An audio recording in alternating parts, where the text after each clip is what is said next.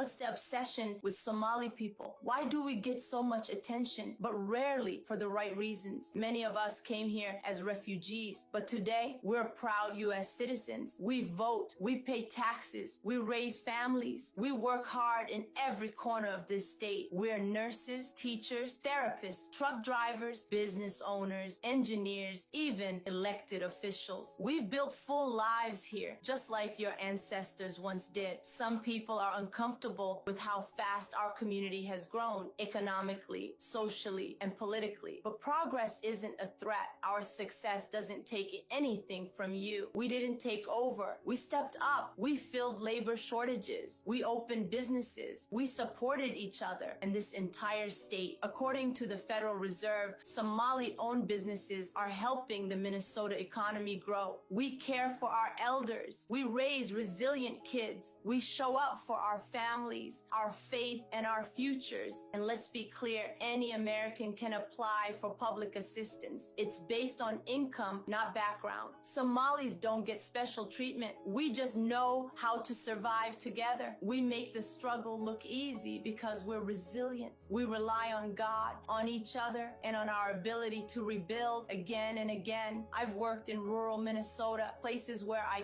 clearly stood out. Black, Somali, unfamiliar to many, and still I was treated with dignity and warmth. That's the Minnesota I believe in. That's the one worth protecting. But lately, the loudest voices are spreading fear, hate, and lies, and it's hurting families, especially our elders who now feel unsafe in their own homes. To my Somali community, don't shrink. To other Minnesotans, don't stay silent. We're stronger united than we'll ever be divided. Hate has never solved anything, but truth brings us back to each other. So I'll ask you again, what's the obsession with Somali?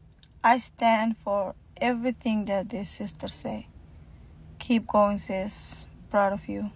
Soomaalidii Mareykanka oo kacdoon xoogan ka wada dalkaas Mareykanka waliba meelaha ay Soomaalida ku badan tahay ee gobolka Minnesota ugu horeeyo iyo Ohio iyo meelo kale oo fara badan oo Soomaalida ay ku sii xoogaysanayso sanadahan dambe waxa muuqatay sanadihii dambe ninkii Trump ahaa maadaama ay ishayeen xildhibaan Ilhaan Cumar ay hore isku hayeen oo xilkiisii hore uu ka hayn waayay haddase aqalka cad looga awood batay qolooyinkan dimuqraadiga ee Ilhaan Cumar ay ka tirsan tahay iyo kuwa kale oo Soomaali ah oo fara badanna uu fire gareeyay Ilhaan Cumarna uu dhahayba wadankan ha laga masaafuriyo Soomaalidii ii sheegay wadankaas ku tagahaysay tahriibkana uu taagid gareeyay oo uu dhahay la soo qafaalo oo Minnesota xoog lagu galo Mareykanka sidiisaba waa federal institutions ayuu leeyahay waa la kala madax banaan yahay waana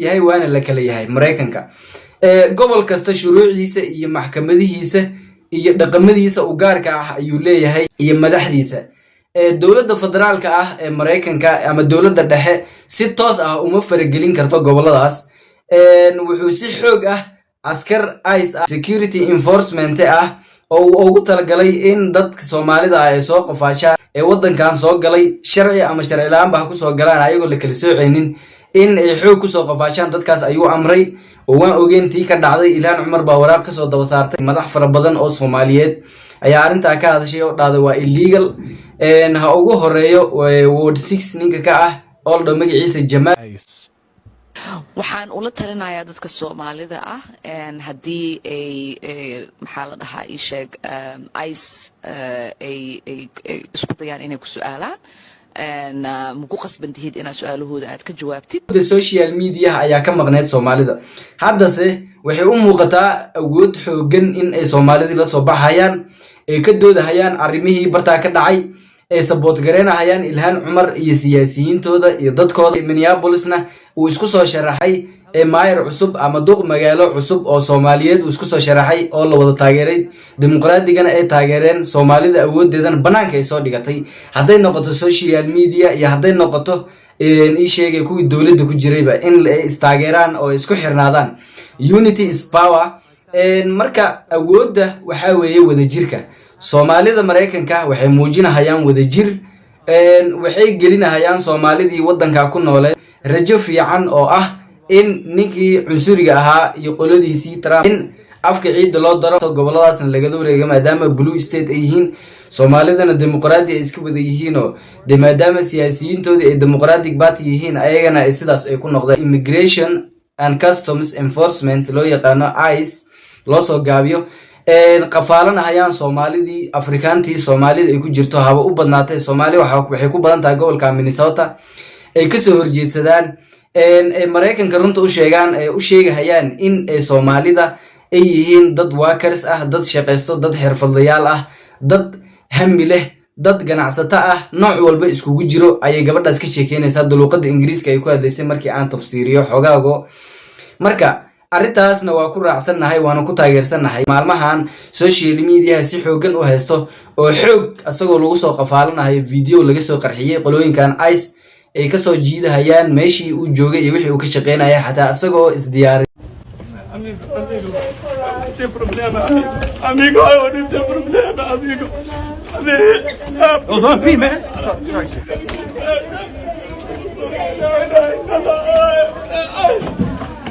dabcan waa aragtaan sida ay u jiidahayaan iyo sida ay oola dhaqmahayaan ee bahdilka ah qof Mareykanka ka shaqeynayay la hubinin in uu maxal dhaay sheegay sharci leeyahay iyo in kale waa Afrikaan cunsurinimo barta laga gaaray ayaa dhulka lagu soo jiidayaa saas ayaa aragteen ay oola dhaqmahayaan waxaasna wax la aqbali kara ma aha bal muuqaalkan ay idin fasixi doono waa Ilhaan Cumar oo ayada oo goobteeda shaqo u jeedo xafiiskeedii u socoto ku wariyo oo cunsuri ah oo iskaga dhigahayo qof wanaagsan oo si wanaagsan u wareysanayo microphone afka ka soo geliyay si kedis ah kula kulmay wuxuu weydiinayaa in maayarka cusub ee Cumar Fataax wiilkii Soomaaliyeed ee isku soo sharaxay duqa magaalada Minneapolis horeyna u ahaan jiray senator laga soo doorto gobolkaas Minnesota wareysi ayaa wuxuu leeyahay weydiinayaa ma ku raacsan tahay duqa magaalada u sharaxan ee Cumar Fataax wiilkii Soomaaliyeed commentiskiisa ama fikradihiisa ku aadan ICE ama qoladan dadka qafaalanayso oo xooga ku tarxiilayso sharci iyo sharci la'aan ayagoo hubinin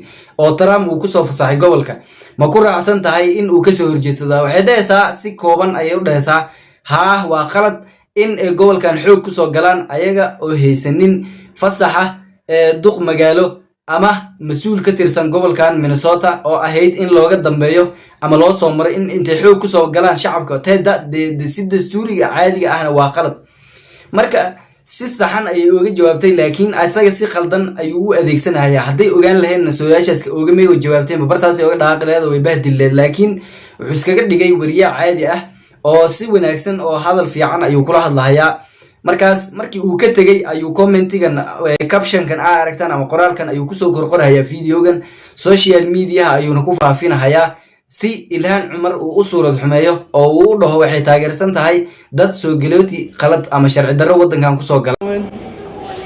Do you agree with your Minneapolis mayor candidate Omar Fahid that we should block ICE from deporting illegal aliens in Minneapolis? It's Omar Fatah. Fatah? Yeah. I didn't know. Thank you for correcting. But do you agree with his positions on blocking ICE from deporting illegal immigrants in Minneapolis?